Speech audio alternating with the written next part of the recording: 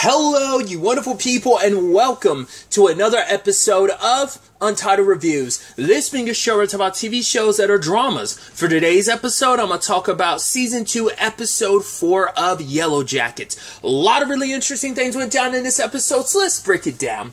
Well, first and foremost, let's start off with the past situation yet again.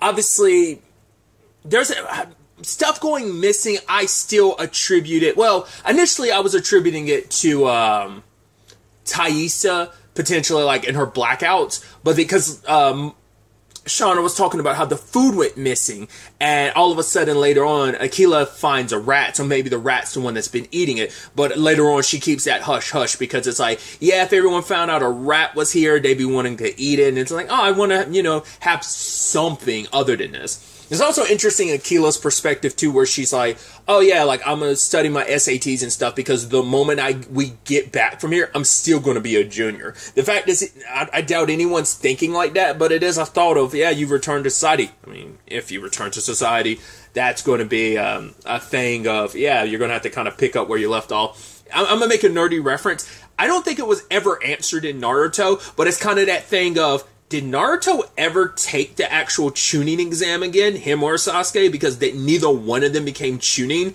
They were both getting when they ended up leaving the Leaf Village. Everyone else either became a Jonin or Chunin. It's one of those things like I don't think Naruto ever answered, but it was kind of in the same boat of like, yeah, you were missing for 19 months. If Akila survived, then you would go back to school and you'd have to live some normal life. I mean, even not even just Akila, the rest of them just had to go back to life, and like you'd have to restart your, like, what's that conversation like? Oh yeah, you missed like the next, it wasn't just like they missed like over a year. Like this would have been like they would have been partway into their senior, maybe halfway through their senior year at this point.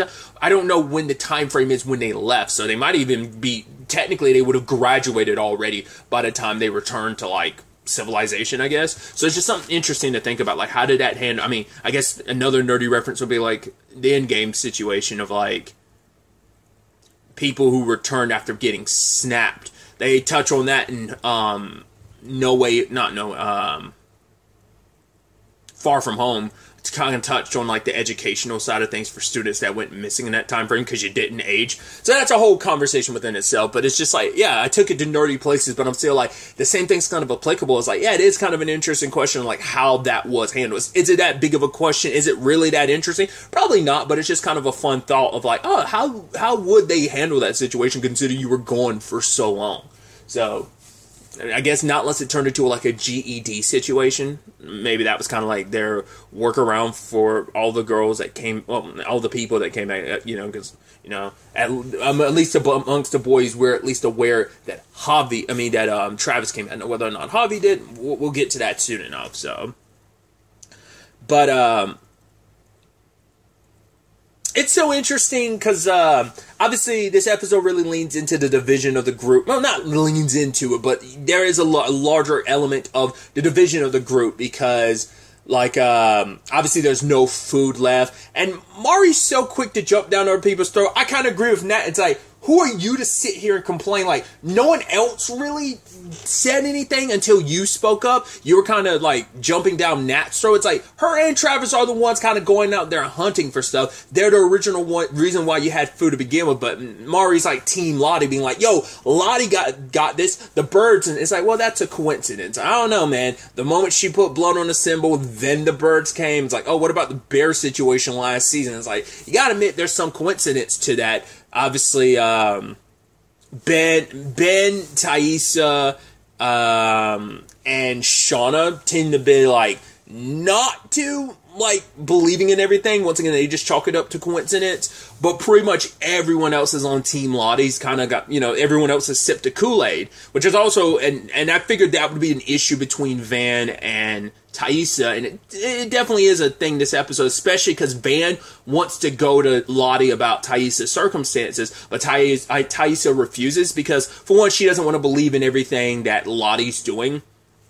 because she's always been the type of person, she's like a very rational person, so if she feels like there's a rational explanation for everything, so she also, it would also mean unpacking a lot of the stuff that's happening to her, and she doesn't want anyone else to know, because she acts like Lottie's going to parade it around or something like that, but I think it's just because, but it's a lot to put on Van. It's kind of, I think I talked about that last episode. I mean, I'm sure that put a strain on the relationship. It's like, right, Van's the only one who really knows, and she's the one having to actively deal with you, like, your trances and stuff, which this episode is like, wait, you keep taking me to these trees. It's like, these trees have these markings, somehow you're able to find them, and then when Van mapped them out, she was like, these are all the trees you've shown me, Taissa, look at what they make. They make a giant version of the symbol they've been finding, but Taissa once again chalks it up to, you can make anything from those symbols. It's just, it's just like, you're jumping to conclusions in that regard. So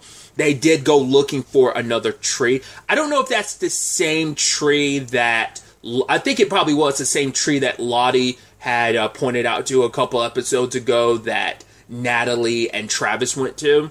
I'll go ahead and jump to it a little bit, but we had the whole situation where it turns out Javi's alive, and that's why when Natalie came across it, she's like, why is this one patch of tree or whatever is the one that isn't, like, covered in snow or whatever? It's because Javi was pissing there, because that's why it was, like, melted and stuff in that one spot. Like, that's what that was about. So he was probably always in the general area when they were around that area. He'd always probably hide, understandably, because the last time he was around them, they were literally batshit crazy. So it is probably a situation, because they were like on the mushrooms and they were out of, like, the mushrooms tapped into.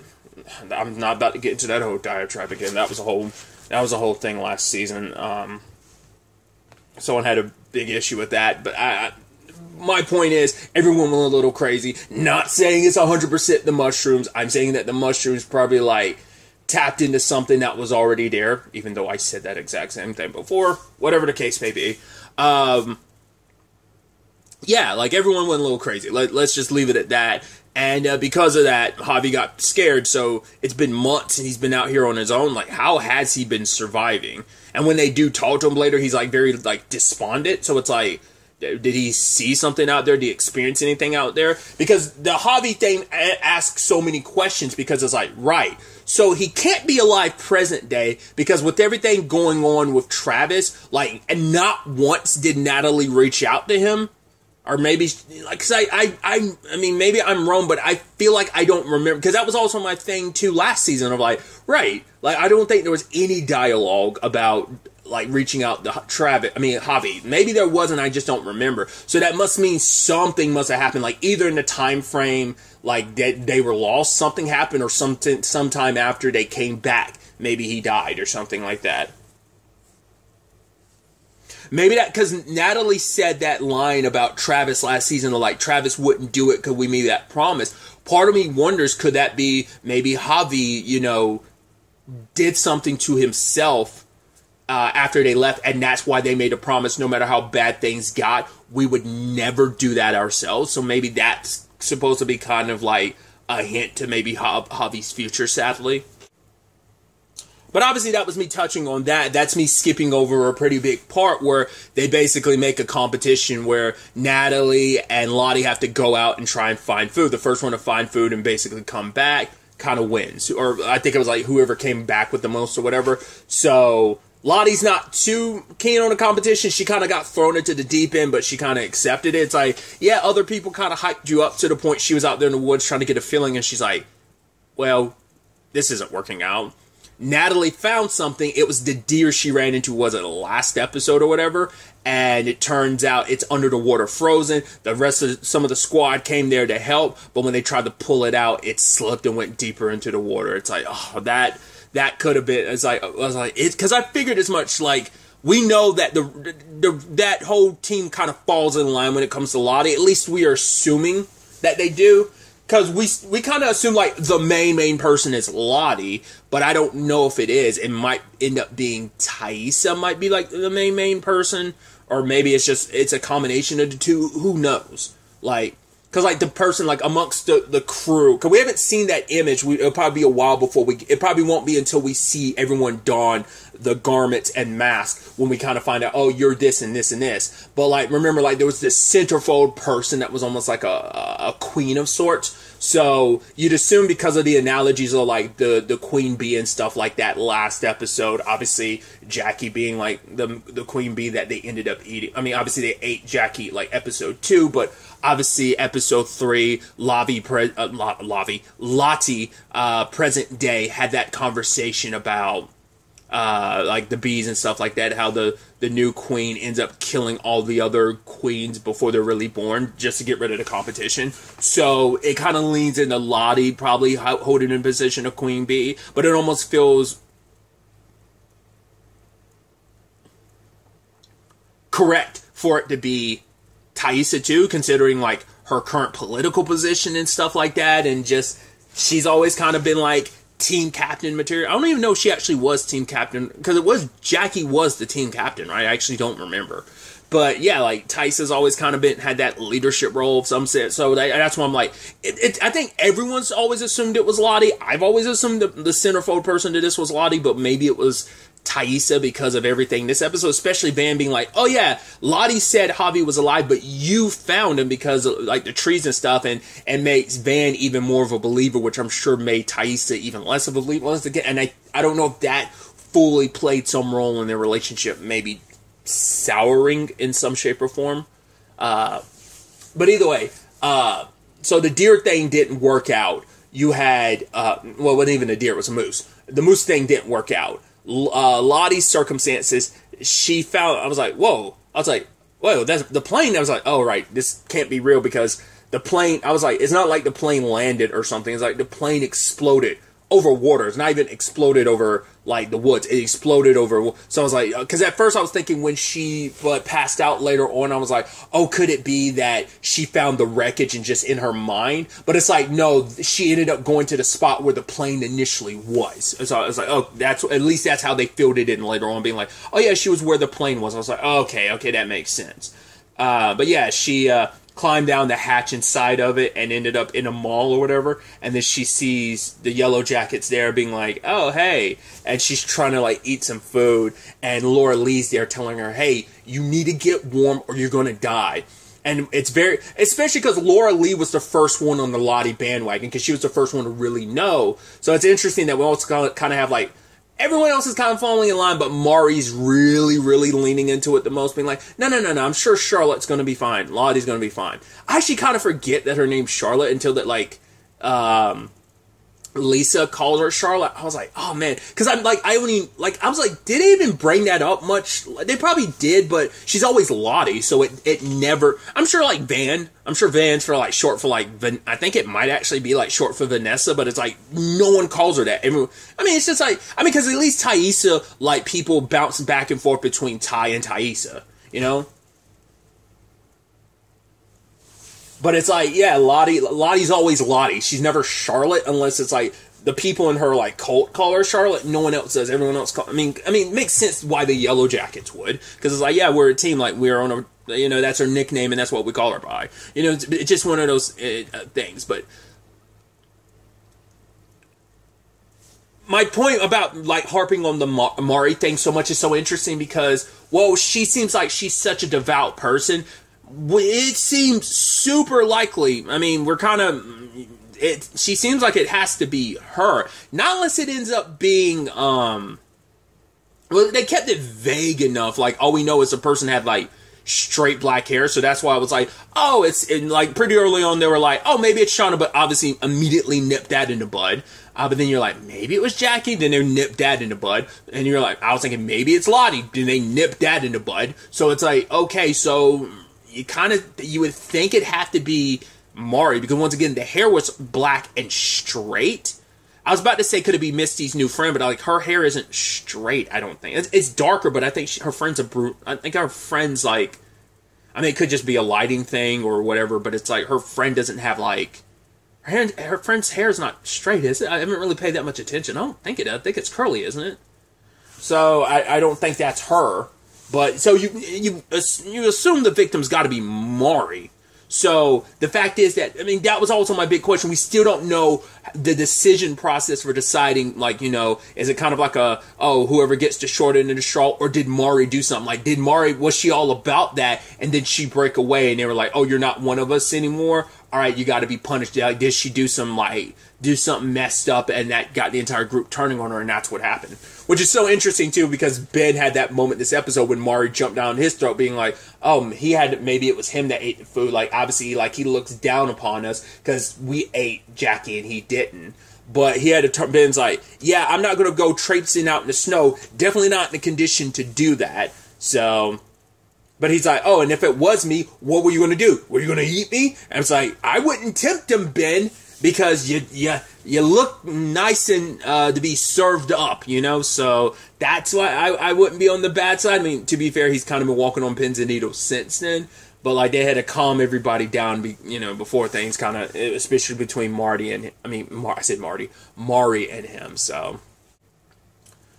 The whole Javi being found thing also led to something interesting, too, because they're like, oh, my God, Javi, you're alive. Everyone's, like, happy, and obviously leaning more into, like, oh, my God, Lottie, well, and Taissa. But you saw that look Travis gave Natalie. She thought she was helping him by, like, letting him finally let go and grieve, and now it's like, what we know, they have always had a hot and cold relationship, even post this, so they must have found a way past it, or Natalie must have lied, or something. Once again, we still don't know the full meaning behind the tell Nat she was right. We don't fully know what that's about, but not unless it's some implication of, like, and this is a stretch, my brother, you were right, my brother is dead. My brother never was the same after he got lost, and even when he came back to us, he was never the same. Maybe there's some implication there. Because I don't think we ever found out what he was talking about last season, or I don't think it's come up yet. They talked about it a little bit, like, oh, she's got, like, Lottie was like, oh, I got a message from Travis and stuff, but obviously that was about, which we still can't fully take that as fact about what Lottie said happened with Travis, so I don't know. But yeah, this is definitely going to be some issues, because Travis is going to have some questions for Natalie, especially when Natalie looked at him looking at her.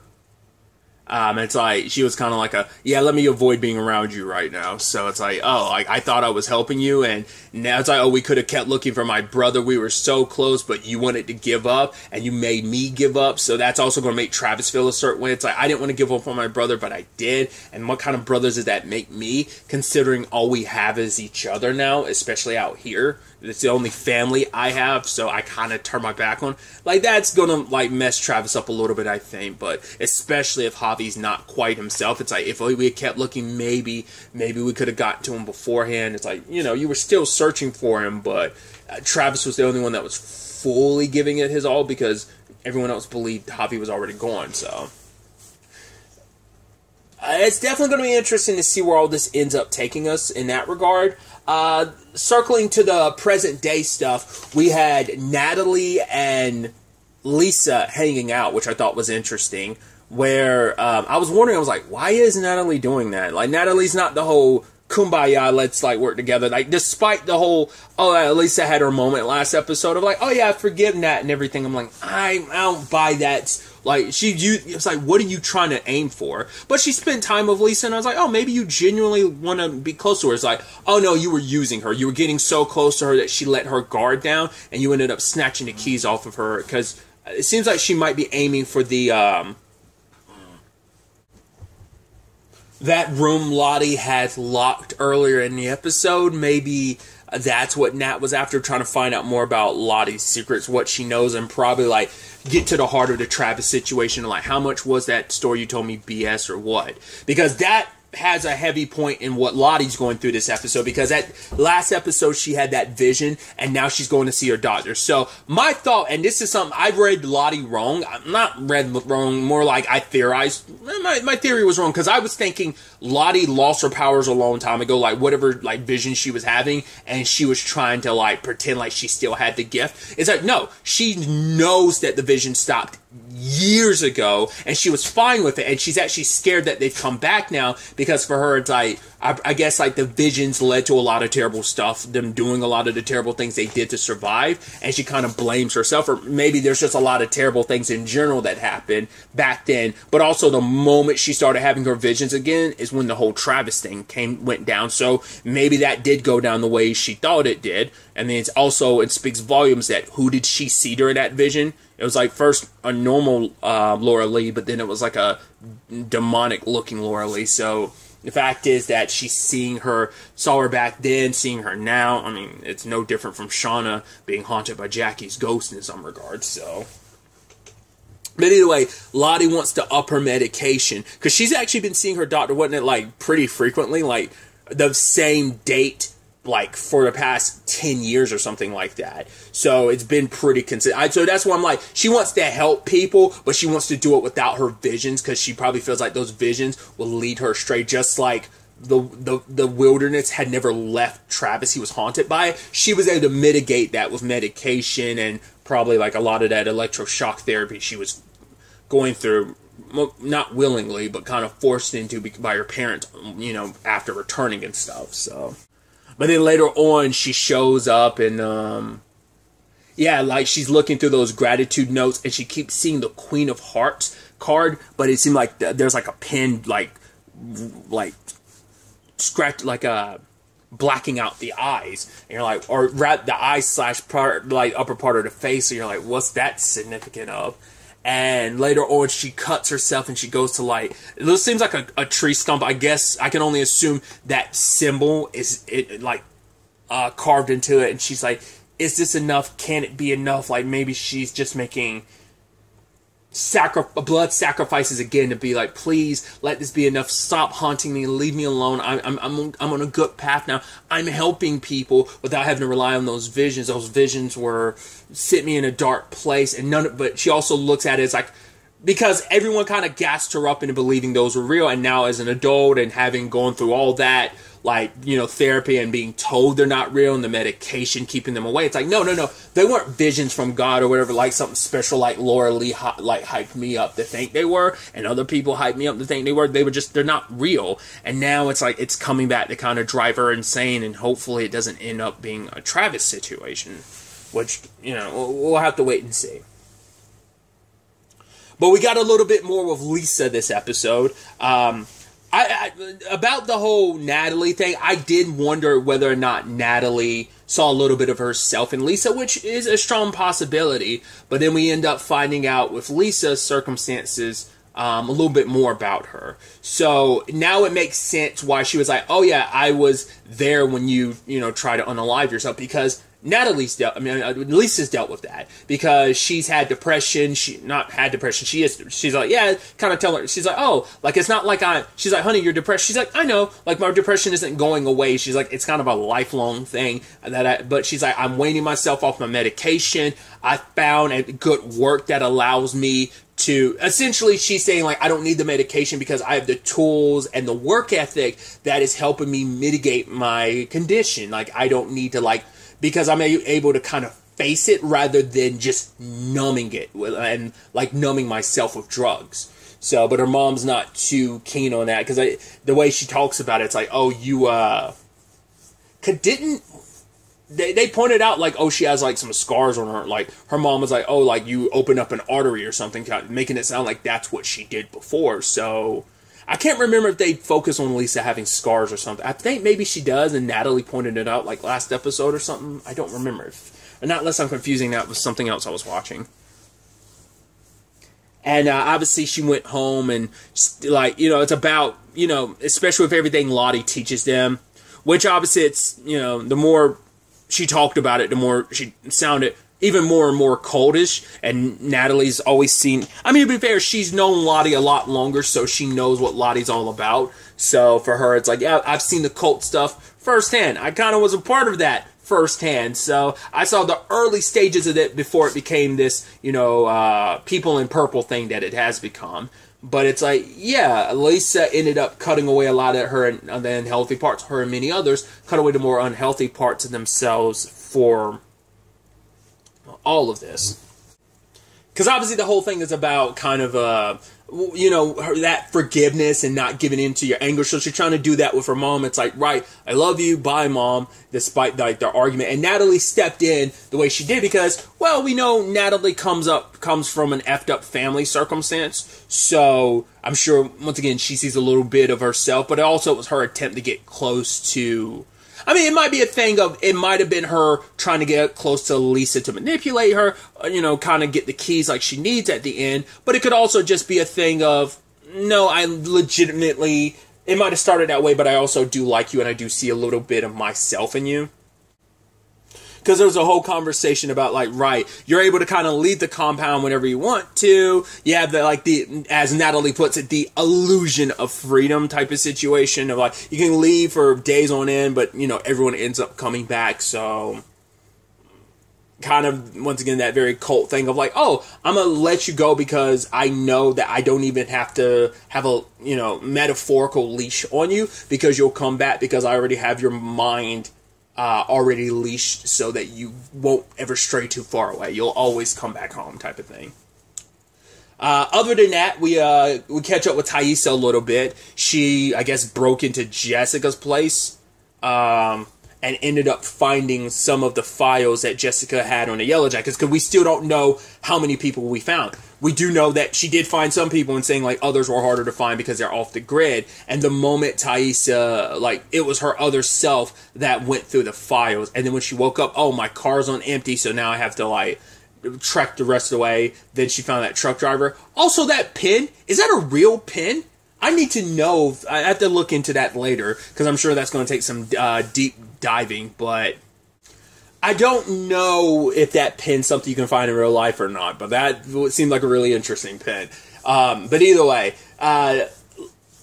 Thaisa's journey took her exactly where I thought it would. And I thought it was interesting, too. Like, it's not like Van was actually really excited to see her. It's like, Ty? It's like, hi, Van. And it's like, huh, interesting. So, I guess they weren't on bad terms. I kind of spoiled it last episode, but like that's what I mean it's not like it's that big of a spoil because also like I mean not unless you haven't been paying attention to the intro, it's super blatant because the actress who plays her present day, like you see like this, like they do it a lot with some of the characters where like it cuts, like the static will cut between like them as their teenage self and then them as their adult self. So it happened like you like I noticed it in the first episode with the new intro, which I have not talked about. It's just interesting.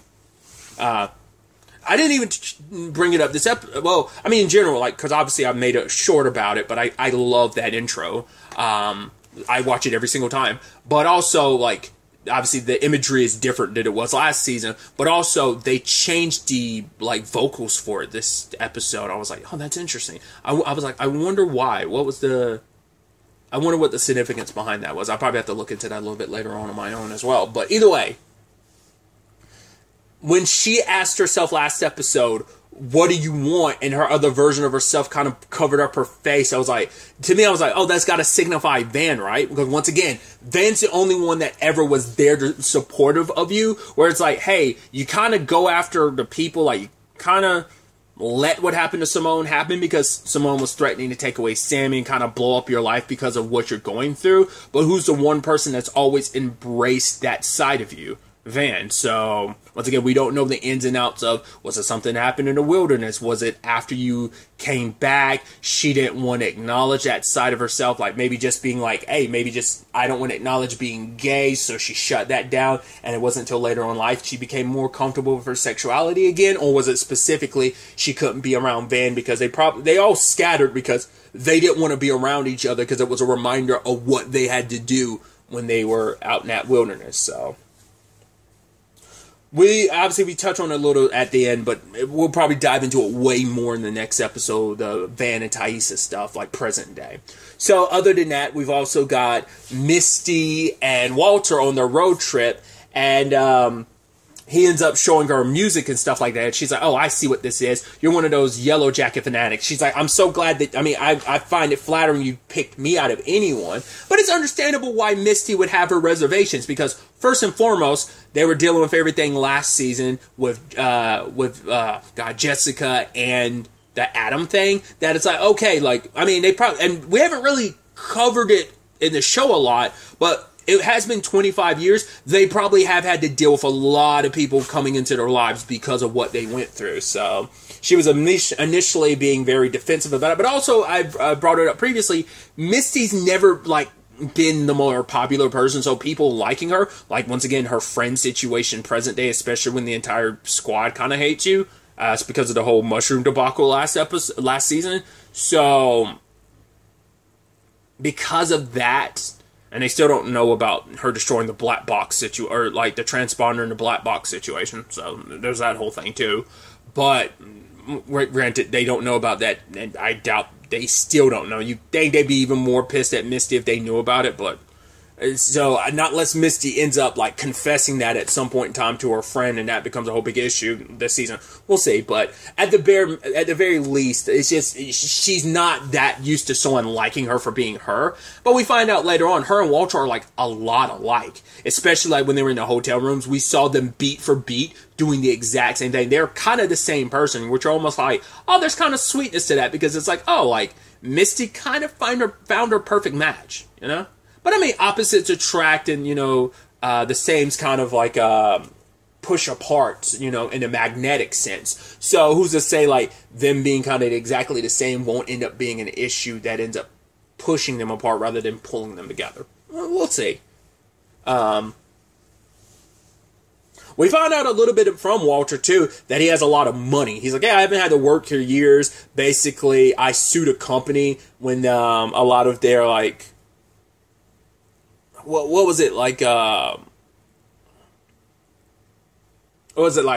cement blocks or whatever ended up hitting him in the head. He was like, yeah, doctors aren't even sure, like, how I miraculously survived, but because of it, he has, like, a metal plate in his head and stuff like that. Also, was he eating, was that pancake? Did he put pancakes, eggs, syrup, and mustard on it? That looked like that was like a pancake and some eggs, but maybe I'm wrong. I don't, not unless it's a crepe or something. I don't know. I mean, but crepes are basically just pancakes, aren't they? Just like thinner pancakes. I don't know. I mean, I guess maybe it's that sweet and savory mixture. Maybe that's what that was supposed to be. I don't know. That looked like that was a pancake or a crepe, an egg, mustard, and syrup, which is an interesting combination. But they did find out the location of Lottie's group, but they're just going to tackle that tomorrow morning, right? So we'll probably get that confrontation with Nat, Lottie, and Misty all being together, especially because Misty can't get in contact with Ty or Shauna, who are both dealing with things, but also, well, Thais not in her right mind right now, so there's that, but also, like, Shauna's super straight up ignoring you, which is, you know, kind of sad, because she'd be wanting to tell you, yeah, Nat's missing, and that's probably going to be a thing of, like, right, she's so committed to the Yellowjackets that is probably going to be a thing of, you know what, screw you guys, I tried to tell you what was what, you guys ignored me because of whatever you're dealing with, nah, screw it, I'm going to hang with someone that actually appreciates me. Because he was like, oh, I mean, because for him, it's like, yeah, that Yellowjackets thing that happened to you. For Walter, it's like, yeah, that's fine, whatever. But it's the least interesting thing about you, Misty. Like, your mind is the great, like, your detective skills and everything else about you is so much more fascinating. Even saying, like, that her friends are lucky to have someone who is relentlessly dedicated, which, from one perspective, you're like, most people will be like, yeah, but that's the problem, Misty doesn't have a clue, she's not self-aware enough, but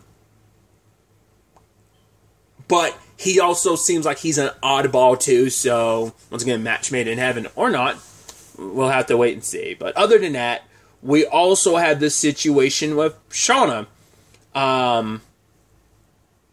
She did not tell Jeff the truth about the van. It's like, oh yeah, like someone found it. It's like, oh, okay.